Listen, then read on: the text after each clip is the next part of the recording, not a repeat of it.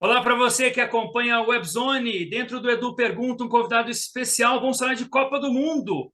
Flávio Dias. Flávio, muito obrigado por ter aceito o convite aqui dentro do programa Edu Pergunta. Ô, Flávio, então vamos falar um pouco do atual momento. Como é que você criou o canal Atenção Vascaínos para quem acompanha?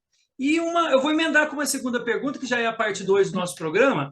É, Como é que você vê a seleção hoje para essa Copa? A gente falou a respeito da Copa de 90. Primeira questão, Copa de 2022, está confiante? Depois de 20 anos podemos conquistar o Hexa? E depois falar do canal Atenção Vascaínos, para o pessoal que não conhece. Bom, vamos lá. Sobre a seleção, eu acho que o time brasileiro é um time bom, é um time que tem ótimos valores, jogadores adaptados a um modo de jogo do mundo, porque infelizmente ficou uma diferença muito gritante. Você vê aí mínimos embates quando o Flamengo vai jogar uma final contra o Liverpool, faz um jogo bom, mas não ganha. Quando o Palmeiras vai jogar um Mundial, jogando um futebol extraordinário na América do Sul, não ganha. O futebol sul-americano de clubes não consegue chegar ao nível do futebol europeu de clubes. Então, quando eu vejo, por exemplo, com todo respeito, o Pedro e o Everton Ribeiro, e nada contra, né, porque a gente fala de Vasco, não tem nada a ver, eu acho que ainda é muito pouco para disputar um Mundial. Eu não consigo ver a animação de quem diz, não, porque o Pedro tem que ir à Copa. Eu não consigo ver o Pedro decidindo uma Copa do Mundo. Eu acho que o Pedro é um bom jogador, mas é um jogador é, regional, é um jogador continental, não é um jogador internacional. Ali, por mais que possa não ser um jogador extraordinário, eu não estou dizendo que é ele que tem que ser. Eu acho o Roberto Firmino, que hoje talvez seja o mais baixo dentre todos os atacantes que nós temos, mais preparado para enfrentar uma Copa do Mundo do que um Pedro. Porque o Firmino está acostumado a jogar contra os grandes zagueiros europeus. Não sei se o Pedro vai estar, mas tem um clamor popular, tem. Só que eu me policio muito com isso. Eu acho que essa questão de estar desacreditado, de que a mídia não gosta, eu acho que isso era muito bom nos anos 90, quando eu cobria a Copa. Hoje em dia o mundo é muito globalizado, cara. Então, hoje em dia, você está na casa das pessoas em 30 segundos. Então, não tem muito isso. Eu acho que o que vale é o prático. E o prático é quem joga bem. O prático é quem está dentro do campo, no dia a dia e rendendo bem. Essa coisa de a camisa, o glamour, o mais legal, o mais midiático, isso hoje é completamente desnecessário, cara. Não tem mais isso, porque o zagueiro do Liverpool conhece o atacante do Flamengo. O zagueiro do City conhece o atacante do Palmeiras, porque eles se veem, e da mesma forma, ao contrário. Em termos de seleção, eu acho que o Tite ter sido mantido, acho que foi um acerto, porque eu acho que a continuidade de um trabalho que a gente reclama tanto, ele teve 8 anos, ele está fazendo um trabalho que pode não ser a seleção mais bonita em termos plásticos, apesar de eu achar um futebol bacana de se ver. Eu acho que a seleção é uma seleção impositiva, é uma seleção que busca o resultado. Temo apenas pelo problema da falta de intercâmbio. Eu acho que a gente joga muito com seleção africana e seleção sul-americana. E eu também acho que os europeus não querem muito jogar com a gente, nem com a Argentina, porque também acho que eles têm um receio, porque eles sabem que o futebol brasileiro e o futebol argentino são atividades diferentes do aspecto clubístico. Eles sabem que quem joga na Argentina e quem joga no Brasil são jogadores que convivem com eles diariamente. Então eu sei que também para eles, imagina, a França joga com o Brasil a véspera de uma Copa e toma de 4-0. Já entra na Copa de tanque meio vazio. Então eu acho que também eles se preservam. Mas eu acho que a seleção hoje é uma seleção que está num nível igual. Eu tenho algumas seleções que, apesar de não estarem num momento bom, que na hora do vamos ver, a tradição pesa muito. Eu acho que a França tem um ótimo time. Acho que a Bélgica vai vir num último ciclo de seleção. Tem uma seleção, até porque eu sou muito fã do Kevin De Bruyne. Eu acho que é um jogador extraordinário, um jogador do tempo que eu vi jogar futebol, um meia clássico, aquele meia maravilhoso. Você tem ainda o Hazard, você tem o Lukaku. Eu acho que Portugal tem uma geração muito boa. O problema de Portugal é o treinador. Eu acho que o treinador ele é antigo, com conceitos para um time tão moderno. A Inglaterra é uma grande incógnita. A Inglaterra tem bons jogadores, tem uma Premier League maravilhosa, tem jogadores ingleses que podem, mas tem essa questão do peso da tradição. Eu vejo a Alemanha, mesmo numa geração um pouco abaixo daquelas que foram nas últimas Copas, um time muito competitivo. E tem essas forças emergentes aí que sempre aparecem, né, cara? Às vezes uma Holanda, às vezes uma Sérvia que vai jogar contra a gente, mas eu acho que não tem na hora do frigido. Acho que a Espanha também tem um time muito bom, mas acho que a seleção está num bom nível. Futebol, e principalmente Copa do Mundo, Eduardo, depende muito do dia, porque é um torneio. Você precisa estar num dia bom, você precisa estar num momento bom, você precisa ser inteligente para jogar o jogo. O Brasil perdeu a Copa da Rússia porque no jogo contra a Bélgica nós não soubemos jogar e talvez o Tite, 4 anos depois, seja mais experiente. Talvez ele não tomasse as medidas que ele tomou naquele jogo, como, por exemplo, escalar o Marcelo para jogar. A Bélgica jogou o tempo todo em cima do Marcelo e ele não viu isso. Ele só viu no segundo tempo, quando já estava 2-0 para os caras. E se a gente voltar naquele jogo, o Brasil teve grande chance, inclusive, de virar o jogo.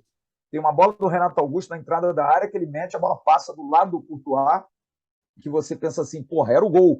Mas não era o momento. Tem um pênalti em cima do Gabriel Jesus, claro que ele faz uma jogada de fundo e é derrubado pelo Kompany, que também não é dado. Enfim, então, eu acho que depende muito do dia, depende muito da hora e depende muito de que os jogadores que estão em grande fase se mantenham. Acho que o Brasil tem o Neymar num momento diferente, apesar que eu acho que o Neymar continua o mesmo jogador infantil em termos de comportamento.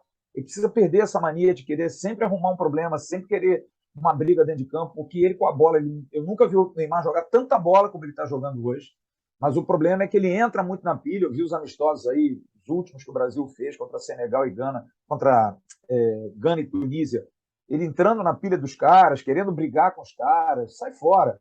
Eu vejo o Paquetá fazendo uma grande temporada, principalmente como segundo volante.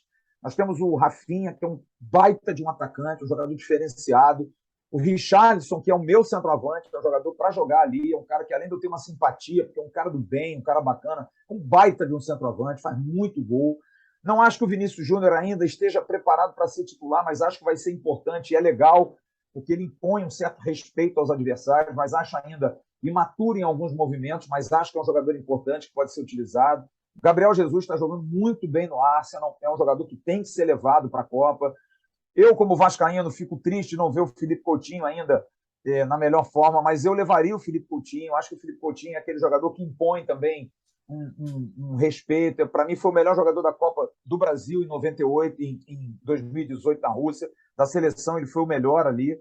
Então, eu acho que a gente tem um time bom, tem um baita de um goleiro. Aliás, tem 3 ótimos goleiros. O Everton e o Ederson são ótimos. Nós temos zagueiros que são experientes e bons, o Thiago Silva, o Marquinhos, são muito bons. O Militão, que pode jogar como lateral direito, é um problema sério que a gente tem. Que bom que o Daniel Alves não vai, chega, não dá mais para 39 anos ficar dependendo do Daniel Alves. Você tem o Militão, eu vi o primeiro jogo do Brasil contra a Gana, ele jogou muito bem. A lateral esquerda, a gente não tem laterais há muito tempo, mas compõe.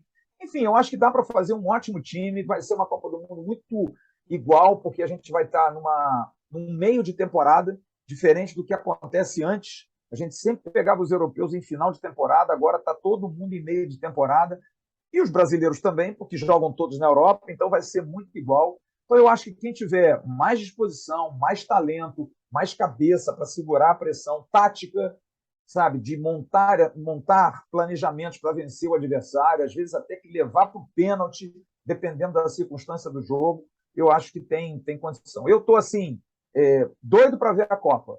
Acho que a Copa do Mundo vai ser muito boa, tecnicamente, taticamente, e acho que física também, e acho que o Brasil tem ótimas chances de brigar aí para chegar lá numa semifinal, final, enfim. Eu acho que o Brasil tem um time, eu diria que o Brasil tem um time muito bom, um time de muita qualidade. Sobre o canal, Eduardo, o canal eu comecei o canal em Mas 28 pode de março. entregar o time, viu? Eu sou vascaíno também, viu? Tô que nem você no mesmo barco. Meu amigo, eu tô com a cabeça a mil, cara. A cabeça tem estado a mil aqui. Cara, o canal a gente começou no dia 28 de julho de 2019. Eu sou muito amigo do Bismarck. O Bismarck é um amigo que eu fiz no futebol, inclusive nessa época de 90 na Itália. É um cara que eu tenho muito carinho, sempre me tratou muito bem. E ele, um dia, a gente sentado numa mesa de bar lá, comendo um negócio, tomando um vinho, a gente estava com o professor Antônio Carlos Melo, preparador físico, né? Tomando um vinho, batendo um papo, e aí falou, pô, a gente tinha que reunir essa galera aqui, gravar isso, soltar. Eu falei, pô, vamos abrir um canal. Eu falei, vamos, pô. E aí eu fui para casa com aquilo na cabeça e resolvi dar um nome, aí bolei o Atenção Vascaínos, porque é a chamada do grito do casaca, né? Atenção Vascaínos, ao Vasco tudo ou nada. Então aquilo ali Eu falei, pô, Bismarck, vamos, mas como é que a gente vai fazer? Ele falou, não, cara, onde é que a gente compra microfone? Aquela coisa, vamos fazer no celular mesmo? Vamos. Eu fui no centro da cidade do Rio aqui, comprei uns microfones de lapela, comprei uma luz e muito mambembe. A gente começou a gravar, fizemos o primeiro piloto na casa do Bismarck, a coisa foi surgindo. E assim, por muita coincidência, porque eu acredito muito nisso, Deus quis, o Melo me liga uma semana depois dizendo, estamos indo para o Vasco. O Vanderlei fechou com o Vasco. Dá essa notícia aí. E eu falei, pô, cara, vou ter que dar essa notícia, mas pô, não é o viés nosso. Mas dei. E ali, cara, eu entrei de refém, porque as pessoas passaram, quem era mais antigo achou assim, pô, é o Flávio, trabalhou na Tupi? É. E quem era mais novo, pô, quem é esse maluco? Tá dando notícia aí, cara. Pô, não conheço esse cara. E aí o Vanderlei assume o Vasco. E aí aquilo dá um crédito para a gente muito grande e as pessoas começam a cobrar notícia. E aí eu volto ao filme de 20 anos atrás, 30 anos atrás, de cobertura de clube, de correr atrás, de dar informação, reativo minhas velhas fontes, reativo meu sentimento, né, por cobrir, por estar no jornalismo. E aí o canal vai ganhando corpo, cara. A gente vai ganhando corpo, vai melhorando, grana curta, vamos ali, vamos acolá, consegue um apoio, consegue. E hoje a gente consegue ter um canal assim solidificado em termos de trabalho, né? A gente tem um trabalho que eu sou o comandante, eu tenho uma cabeça assim, eu tive que me adaptar muito aos novos tempos, né? De entender as linguagens. Eu, por exemplo, tenho uma dificuldade danada de pedir para as pessoas curtirem vídeo. Porra, eu sou do tempo que se a pessoa gosta de mim, ótimo, me segue aí. Se a pessoa não gosta de mim, eu não posso fazer nada. Então, não, mas tem que dizer, curte, compartilha, pô, seja membro. Aí você vai ganhando esse traquejo e vai levando a coisa. Mas eu não perco a minha essência, cara. A gente criou um viés de cobertura, de apuração, de seriedade, de buscar a notícia certa, de entrevistar as pessoas que são decisivas, de não falar de política no canal em momento nenhum. Foi uma briga que a gente teve aí, a gente tem até hoje, porque muita gente reclama, porque vocês não ouvem fulano, porque eu não quero, eu não gosto de política partidária, vou gostar de política de clube. Então eu não entrevisto, não falo, ganhou a presidência, está no poder, vai decidir alguma coisa, tem a caneta, se quiser falar aqui, tudo bem. Mas também é aquilo, se a gente quiser também, porque o espaço para mim aqui é para falar de futebol. A gente ouve ex-jogador, a gente ouve o jogador atual, a gente ouve treinador, é o nosso viés. No máximo, um diretor de futebol, um diretor executivo, um vice-presidente de futebol. O presidente, assim, uma vez na vida, outra na morte. Então, a gente criou essa identidade e hoje a gente consegue agradar muita gente, desagradar também a muita gente, porque tem muita gente que não entende, tem muita gente que acha que a gente tem privilégio, que a gente vai a treino, por isso que a gente não fala isso. Enfim, eu simplesmente, hoje, cara, eu ignoro, porque eu só estou te contando um pouquinho da minha história de vida aqui, eu só tenho 36, 37 anos de trabalho, de profissão, eu não preciso ter privilégio para ir a treino, para poder cobrir. O privilégio que eu tenho de ficar com a minha mulher, com a minha filha, enfim, é o que eu tenho de privilégio. Isso é trabalho, entendeu? Mas eu não cobro, não, cara, porque quem faz isso ou quem fala isso é de uma nova geração que não viveu isso, não vive essa cobertura, não entende muito o que é o jornalismo. É uma geração muito Twitter, 140 caracteres, é tudo muito fast food, sabe? É tudo muito rápido, é muito vídeo de 2. Então, eu, por exemplo, eu faço um vídeo à noite de 40 minutos de notícia e eu passo o dia inteiro em cima disso. Eu faço um jornal mesmo do Vasco. As pessoas têm 40 minutos. Tem gente que pô, vai ao êxtase, que adora, que acha maravilhoso, que tem notícia direta. E tem gente que diz, pô, cara, tá muito grande, eu prefiro o vídeo de 5 minutos. Porque é aquilo, porque é o cara que quer ver um, depois quer ver o outro, mas tem que dormir, tem que fazer aquilo, é o cara que é preguiçoso mesmo. E isso é o tempo de hoje, cara. A galera de hoje é assim, cara. E a gente tem que entender, tem que compreender, mas o grande segredo é você procurar também não fugir muito do seu padrão. Porque é aquilo, eu quando não dou notícia de 40 minutos, dou de 20, tem gente que reclama. Pô, mas tá curto hoje, entendeu? Então, cara, você não vai agradar todo mundo, nem Jesus agradou, quem sou eu para agradar? Mas é um prazer, cara, é um trabalho assim que hoje eu trabalho, eu vivo disso, eu trabalho com isso, eu estou diariamente aqui com vídeos, com informações, com apurações, dividindo coberturas, entrevistas coletivas, enfim. É um trabalho muito bacana e quem quiser seguir vai ser um prazer. Flávio, a gente está chegando no final dessa conversa, agradecer mais uma vez. Agora, uma dúvida de jornalista para jornalista. Como que você vê essa questão agora dos canais dos clubes?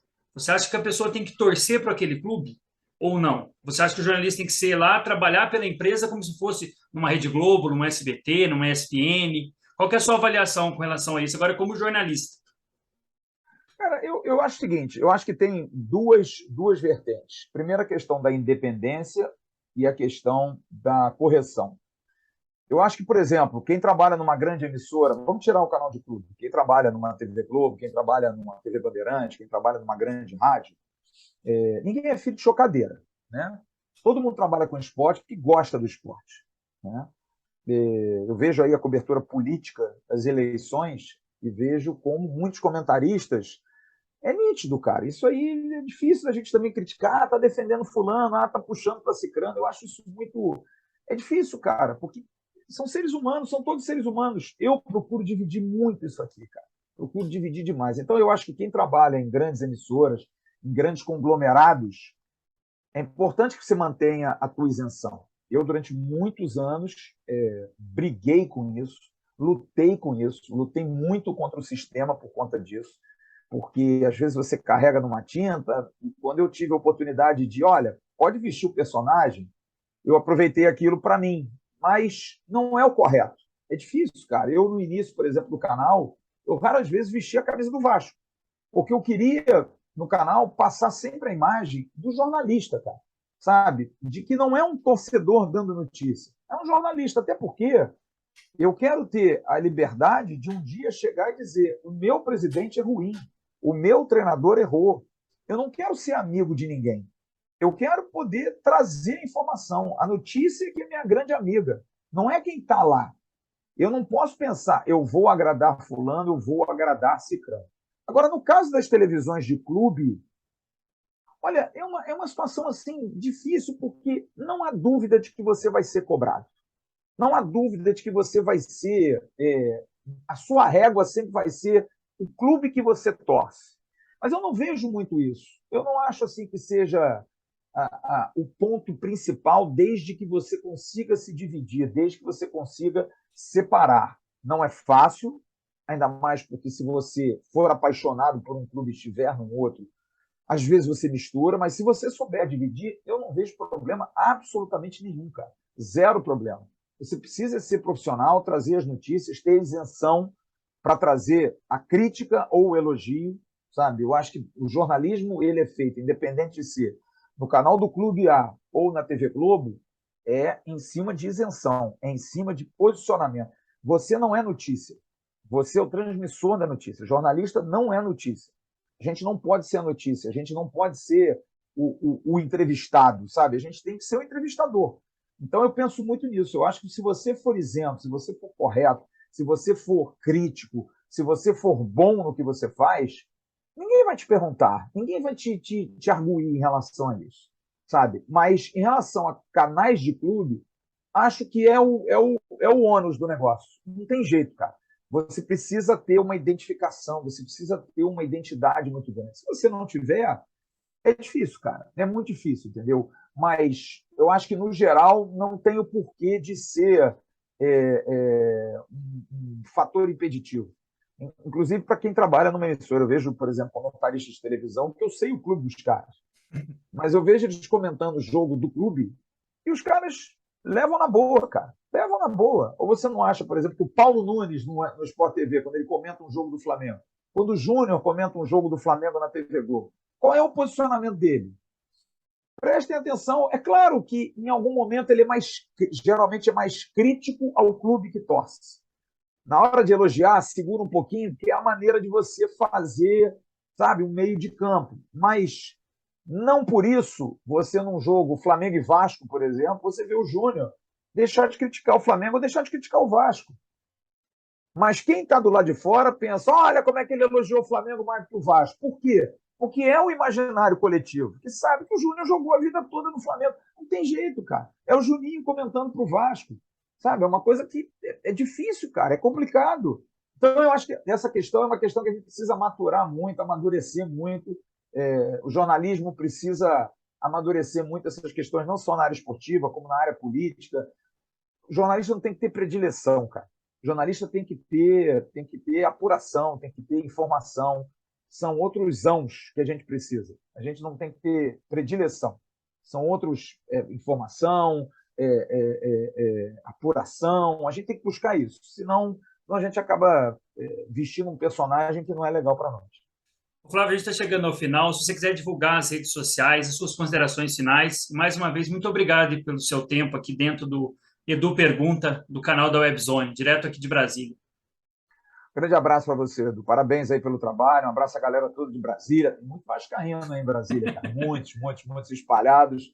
Grande abraço a todos. Bom, o canal é o Atenção Vascaínos, no YouTube. A gente tem o canal 2, que é o AV+, que é um canal muito mais de colunas eletrônicas, de resenhas, de lives. E temos um canal 3, que a gente lançou agora, que é o AVCast, que é o canal de podcast, que a gente faz algo também muito amplo, não fica só centralizado em Vasco, muito pelo contrário, a gente já entrevistou, inclusive, o presidente do Flamengo, o ex-presidente Eduardo Bandeira de Mello, Wilson Gotardo, enfim, a gente já fez outras, o Wagner Tardelli, a gente já fez muita coisa extra Vasco. As redes sociais nossas, tanto do Twitter, Facebook, Instagram, o @avascaínos, e o nosso site, que está começando agora, que é legal, se o pessoal quiser, tem muita notícia, muita informação, é o atençãovascaínos.com.br. Eu, de rede social, sou muito quieto, cara. As minhas redes sociais são na minha, não tem muito. Meu Twitter eu abri, não consegui ficar 3 dias, porque o Twitter é uma rede muito difícil, muito tóxica. Meu Instagram é fechado. Eu sou na minha, cara. Eu sou quieto. Meu esporte é o jornalismo, minha paixão é o Vasco. O resto a gente toca. Tá bom? Tá certo. O Edu Pergunta teve o privilégio de entrevistar Flávio Dias, do Atenção Vascaínos. A todos uma excelente semana. Muito obrigado. Valeu!